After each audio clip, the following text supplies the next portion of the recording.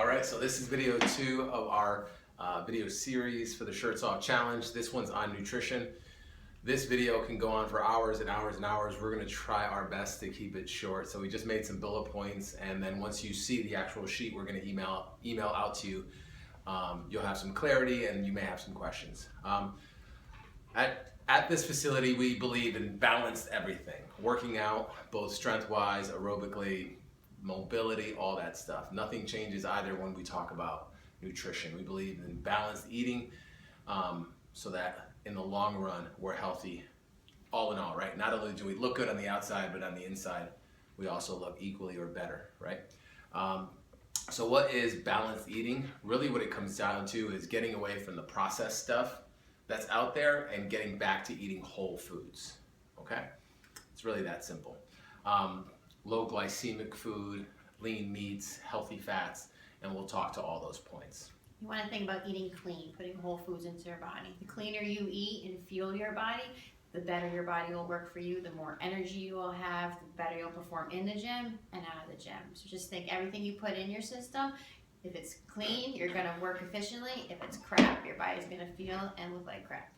Generally, anyone that looks really good or performs really well, when you ask them about their diet, they eat whole foods and they eat really clean and portioned out meals. So it's, to us, it makes sense. So what is balanced meals? So we like the philosophy that is out there in terms of protein, carb, fats, and it's 40% carbohydrates, 30% protein, 30% fats. So and that is balanced eating. It doesn't work always the same for everyone, but that generally is a good prescription if you're looking to find how much you should eat of each macronutrient. You start there and then experiment and see what works best for you. It's going to depend on your goals, your body type, your activity level, genetics. So again, just kind of experiment it to see what works best for you. And we're always here to help you with that breakdown as well. If you log your foods already, continue to log. If you don't log your foods, and you don't know where to go or how much to eat, we encourage you to log, even if it's just for a few days, just so you can see how much of what you're putting in your body.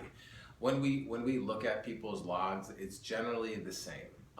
Guys typically overeat their protein amounts, right, and carbs, and women usually undereat their protein and sometimes undereat their carbs as well. And if we can just find a little bit of a balance between those two, you'd be surprised what your body will do hormonally, kickstart your metabolism, and then start to burn fat. It's really a matter of balancing. You may even be eating the right amounts of food right now. Another thing we notice when we see food journals is that people will not eat all day long, and then either they're too busy or they forget or they just don't prep. And then by the end of the day, they eat way too much and they overconsume their calories, and that's not good for your metabolism at all. So we highly recommend that you try to balance your blood sugar by eating every 3 to 4 hours, and that's a balanced meal every 3 to 4 hours. Make sure you get that lean protein in, make sure you get that carb in, and make sure you get that healthy fat in every 3 to 4 hours. Can't stress it enough.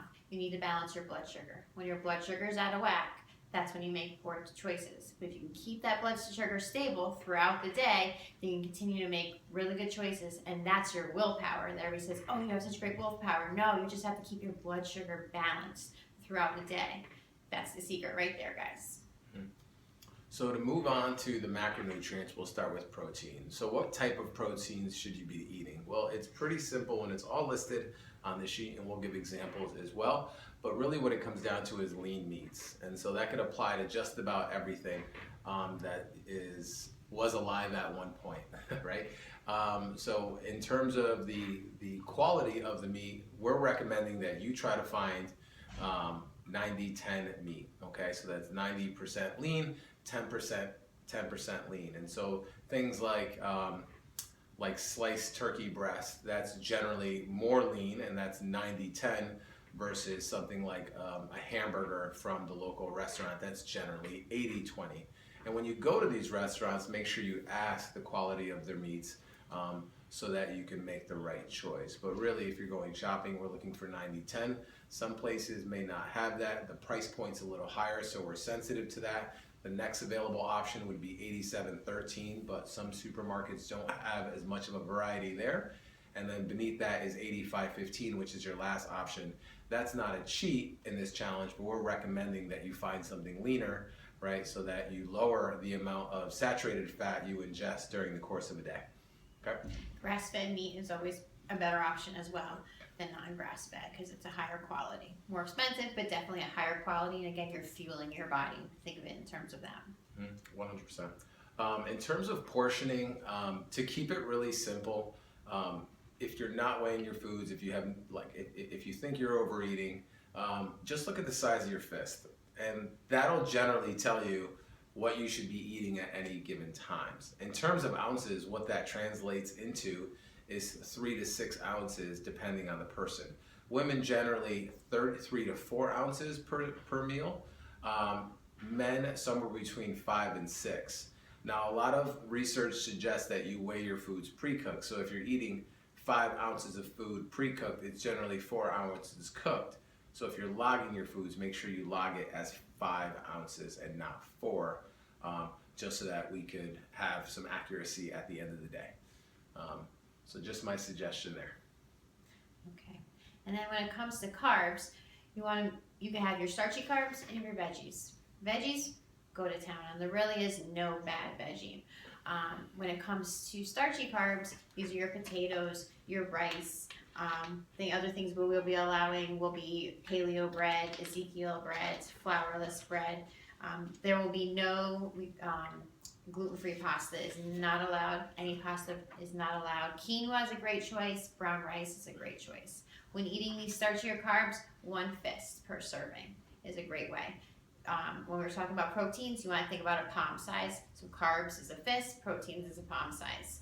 That's a good way to just kind of gauge your portion sizes. When it comes to veggies though, fill up half that plate with veggies. The more veggies you can get into you, the better. The more vibrant the color of the vegetable, the better, because you're fueling your body again with those nutrients and minerals that we need to perform and just give our best every day. The more vibrant the color, the better. So when it comes to greens or a salad, let's fill it up with dark leafy greens and get rid of the iceberg, because the iceberg's white and you're not getting any nutrients from that. We might as well eat paper, right? So, and then with the starchy carbs, make that fist, eat that maybe once, twice a day, except for on days that you're exercising. Yeah, I think really, in terms of fuel consumption, it really comes down to your energy demands or needs. So on days that you work out, you should probably eat more carbohydrates to replenish the ones you depleted in the workout. On your rest days, you want to just make sure you eat based on like hunger levels and keeping your blood sugar up. For some reason, we keep getting that gluten-free pasta question, but a great alternative to that is spaghetti squash, and that's on this list. So last but not least, healthy fats. We're talking monosaturated fats, avocados, some type of nuts, seeds, omega-3 fish oil falls in that category.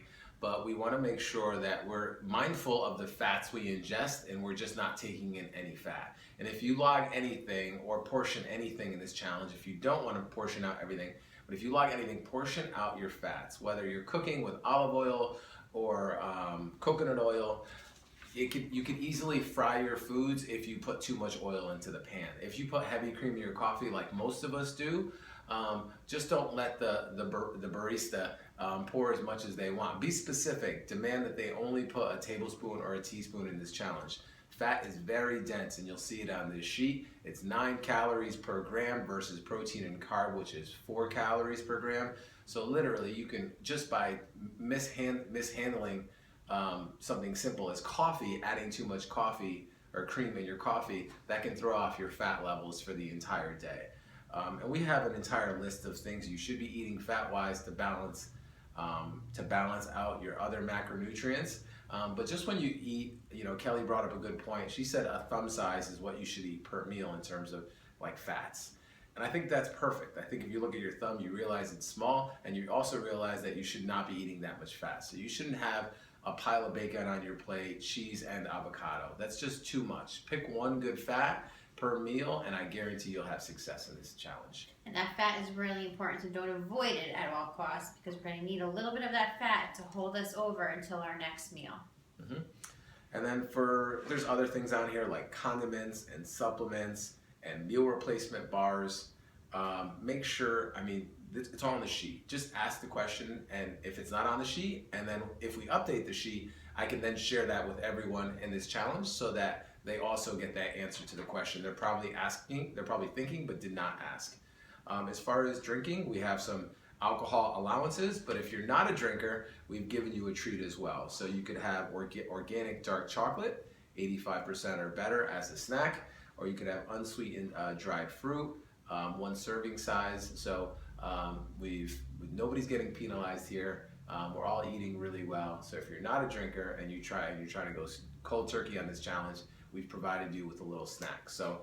And if you are one of those people that enjoys a cocktail, you will be allowed either 1 glass of red wine, or a 2-ounce pour of tequila, or a 2-ounce pour of gluten-free vodka. You're allowed one of those per day.